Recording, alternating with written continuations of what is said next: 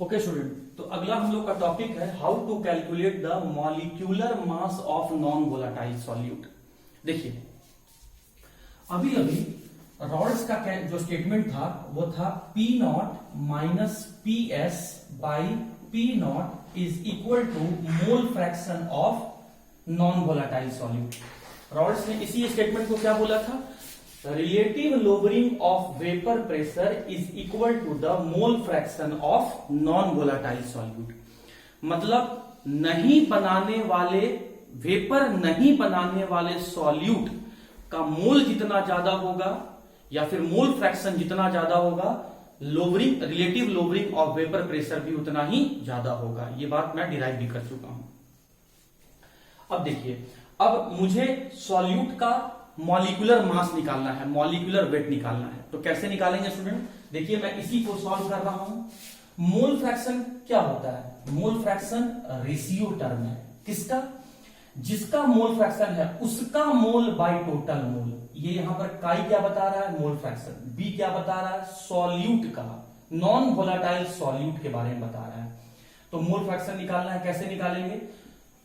Solute का मोल, solute का number of mole by total mole. Total mole के लिए मैंने क्या कर दिया? Na प्लस NB कर दिया। इस लेफ्ट साइड में क्या टर्म लिखा हुआ है? P nought minus P S by P not. सही है स्टूडेंट?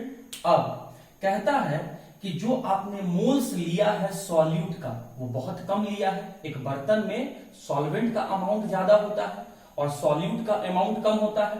तो जो सॉल्यूट का अमाउंट है वो बहुत कम है।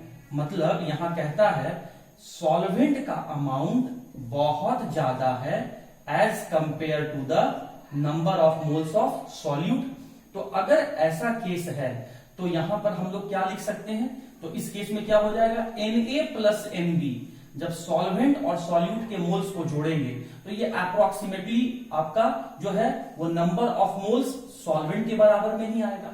जब ये बहुत कम है, जैसे स्टूडेंट आप मान लीजिए कि 100 अगर है उसमें आप 0.000001 को ऐड करेंगे, तो हम लोग जब इन दोनों वैल्यू को ऐड करेंगे तो हम लोग क्या कर सकते हैं? ये वैल्यू अप्रोक्सीमेटली 100 के बराबर ही होगा। उसी तरीके से इसका अमाउंट, सॉल्यूट का अमाउंट बहुत कम है।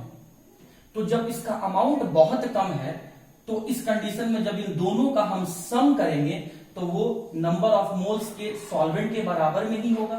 जब ये बहुत कम है तो दोनों को जोड़ने पर लगभग इसी के अमाउंट के बराबर ही होगा, है ना? तो अब देखिए यहां से ध्यान से, हाँ जी, तो यहां से हम लोग क्या लिख सकते हैं? इसी स्टेटमेंट को हम लोग यहां पर क्या लिख सकते हैं?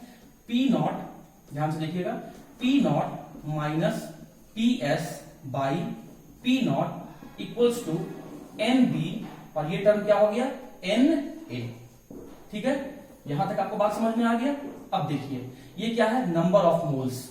और नंबर ऑफ मोल्स को जब हम डिसोसिएट करेंगे, नंबर ऑफ मोल्स के लिए क्या लिखा जाता है? वेट। ध्यान दीजिए मैं यहां यूज कर रहा हूं, देखिएगा यहां से, वेट को जब मॉलिक्यूलर वेट से डिवाइड करते हैं इसे ही हम मोल्स कहते हैं। ये बात आप लोग क्लास 11th में ही जानते होंगे कि मोल्स निकालने का फॉर्मूला क्या होता है? दिए गए वेट को उसके मॉलिक्यूलर वेट से डिवाइड करेंगे तो ये मोल आ जाएगा। तो यहां पर स्टूडेंट मोल्स की जगह पे हम लोग वेट बाय मॉलिक्यूलर वेट लिख सकते हैं। तो देखिए यहां क्या लिखा जा रहा है? P nought minus P S by P nought equals to, ये NB किसके लिए है? सॉल्यूट के लिए। तो यहां क्या हो जाएगा?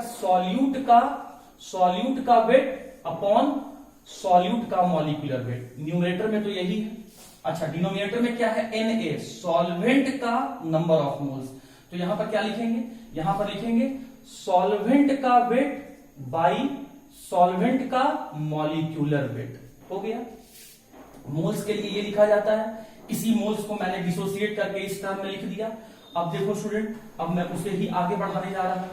जब इस टर्म को हम लोग सॉल्व करेंगे तो इसको फिर कैसे अरेंज करके लिख सकते हैं? इसको लिखा जा सकता है P nought minus P S by P nought equals to WB by MB into W। ये आपका नीचे यहां पर सॉल्वेंट था तो यहां सॉल्वेंट के लिए यहां हो जाएगा आपका WA और यहां पे हो जाएगा MA। सही है, देख लीजिए, ऊपर वाला टर्म सॉल्यूट के लिए था, नीचे वाला टर्म सॉल्वेंट के लिए था। था, सॉल्यूट के लिए था इसीलिए बी लिखा गया है, इसीलिए ऊपर में बी टर्म है, नीचे वाले में ए टर्म है, इसीलिए ए लिखा गया। चलिए अब इसको सॉल्व करेंगे, कैसे आएगा, W B by M B into M A by W A.